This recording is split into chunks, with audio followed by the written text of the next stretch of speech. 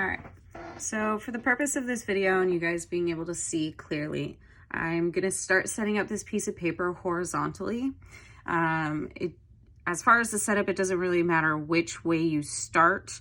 When we get into what do these grids do, what does it mean, how do we use the grids itself, it'll make more sense to work vertically, but for now, it's not as important. All right, so when we are enlarging, taking an image, right, that's smaller, like this one, and enlarging it onto a piece of paper that is bigger, right? So when I line these up, right, this is a bigger piece than this. So we're making our drawing 2 times the size. So when we're doing that, that 1/2 inch grid that we did in the first video becomes a 1 inch grid on this piece of paper. So what you want to do is make sure that the 0 is lined up with the very edge of your paper. And then at the 1 inch mark, 2 inch mark, 3 inch, so right above the numbers every time, you're going to make a little tick mark. But again, this time only at every 1 inch mark. And you'll notice that you have 1/2 inch extra because this is an 8.5 piece of paper. All right.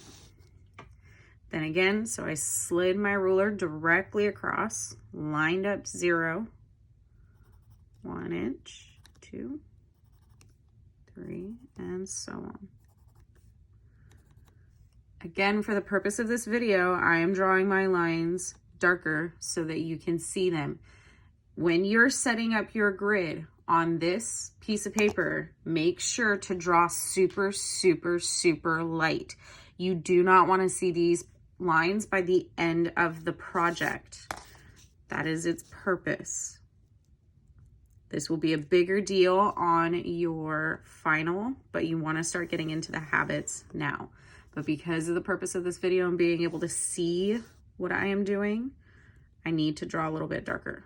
But you're going to have super, super, super, super, super light lines. Right, so I'm lining it up, drawing my lines.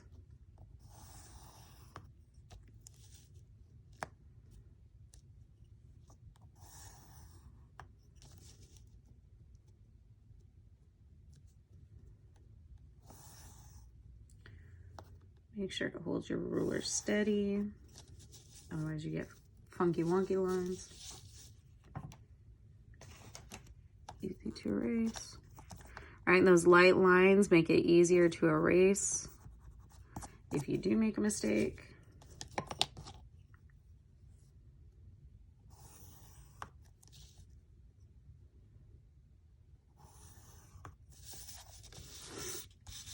Then I turn my paper and I do the same thing along the top and the bottom.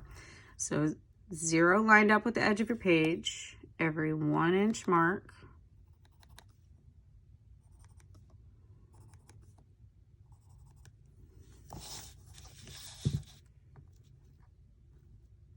Slide your ruler down, line up your 0 with the edge of the paper, and every 1 inch mark, make a tick mark.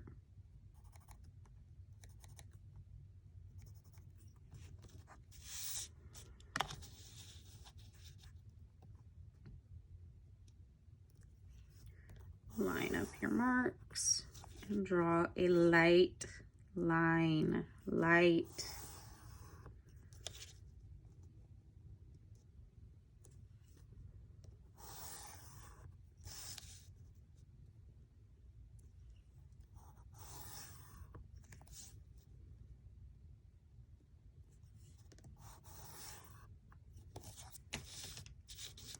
There you go. Now you have an enlarged grid.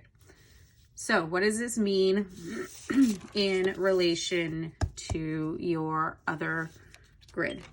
Is now what I suggest is, give me a moment.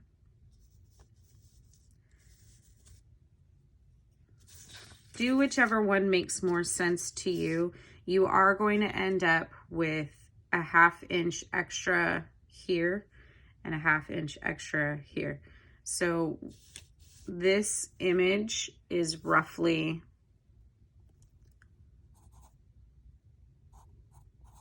3 by 4.5. But this is 8.5 by, I don't remember, 8.5 by 5.5. Right, so it's a little shorter than directly 2 times the size of this.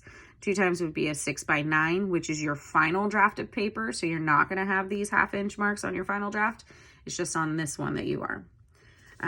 If for you, if it makes more sense to start with your full boxes up here so that your 1/2 boxes are down at the bottom, that's fine. It just means that this will be cut off here.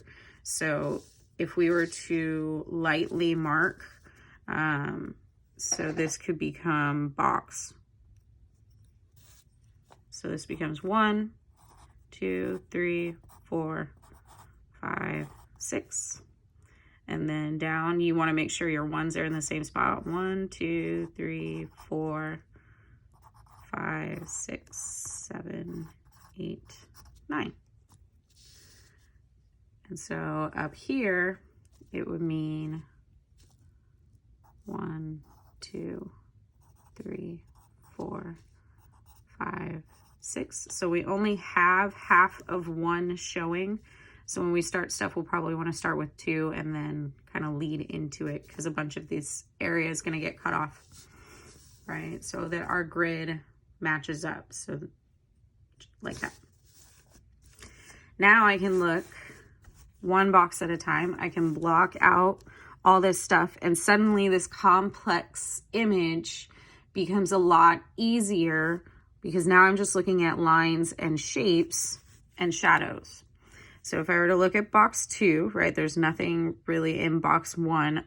1, 1 on your grid is pretty much just shaded dark for this particular image.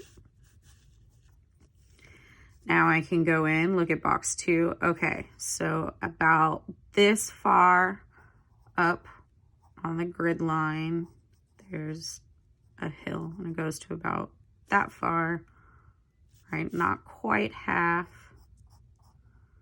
There. So now I have a knuckle. Then 3, this continues down over here. And I'm looking in relation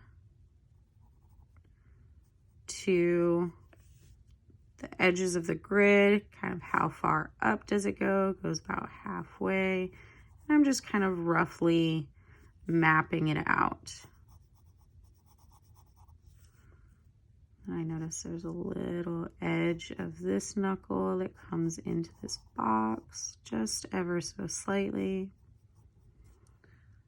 right? And you just keep going from here. So right now I'm not getting too detail oriented. I'm just trying to get a rough sketch of the sizing, and then I can go back later and start mapping out the details. All right, and that's how you enlarge and use a grid system.